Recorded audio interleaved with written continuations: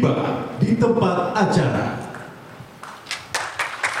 Pemerintah pusat melalui Kementerian Pariwisata dan Ekonomi Kreatif menunjuk Sumatera Barat sebagai tuan rumah pertemuan pengusaha Islam dari 24 negara di dunia.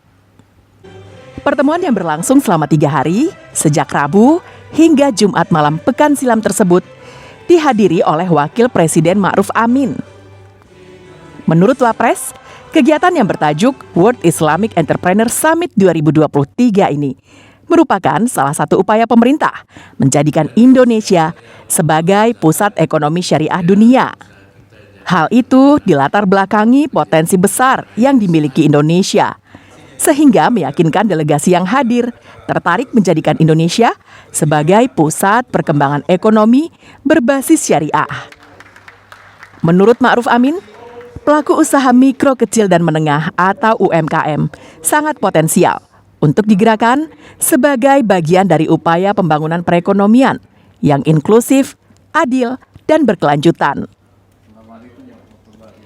Dukungan yang disediakan pemerintah mencakup insentif dan penyediaan infrastruktur, penyiapan sumber daya manusia, sumber pembiayaan, kemudahan akses pasar, hingga penyediaan pendidikan dan pelatihan.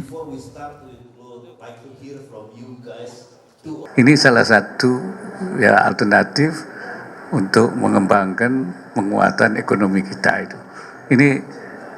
Itu saya kira, dan ini akan ditindaklanjuti secara terus-menerus dan membuat berbagai kesepakatan kan di antara negara-negara ini, di mana Indonesia akan menjadi leadernya. Menteri Pariwisata dan Ekonomi Kreatif Sandiaga Uno menyerahkan sepenuhnya hak kekayaan intelektual pelaksanaan World Islamic Entrepreneur Summit kepada Provinsi Sumatera Barat. Kegiatan yang mempertemukan pengusaha Islam dari berbagai belahan dunia ini untuk seterusnya selalu dilaksanakan di Sumatera Barat setiap tahun. Ini adalah bagian daripada kita menjadikan Indonesia, wabil khusus Sumatera Barat, sebagai pusat epicentrum dari perdagangan atau kewirausahaan berbasis Islam. Jadi Islamic Entrepreneur Summit ini sekarang rumahnya ada di Padang. Selama pertemuan 3 hari di Padang, panitia penyelenggara memperkirakan terjadi transaksi dan kerjasama bisnis dengan nilai lebih dari 50 miliar rupiah.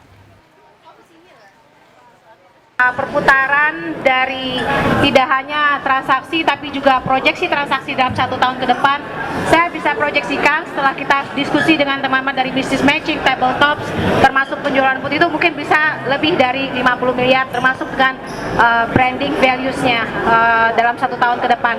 Mungkin tidak terjadi sekarang saja tapi nilainya bisa terproyeksikan 1 sampai 2 tahun ke depan, kira-kira lebih dari yang kita harapkan. WIES pertama ini dihadiri oleh delegasi dari 24 negara, mulai dari negara-negara Asia Tenggara, India, hingga Timur Tengah, dan Eropa. Arset Kusnadi melaporkan dari Padang.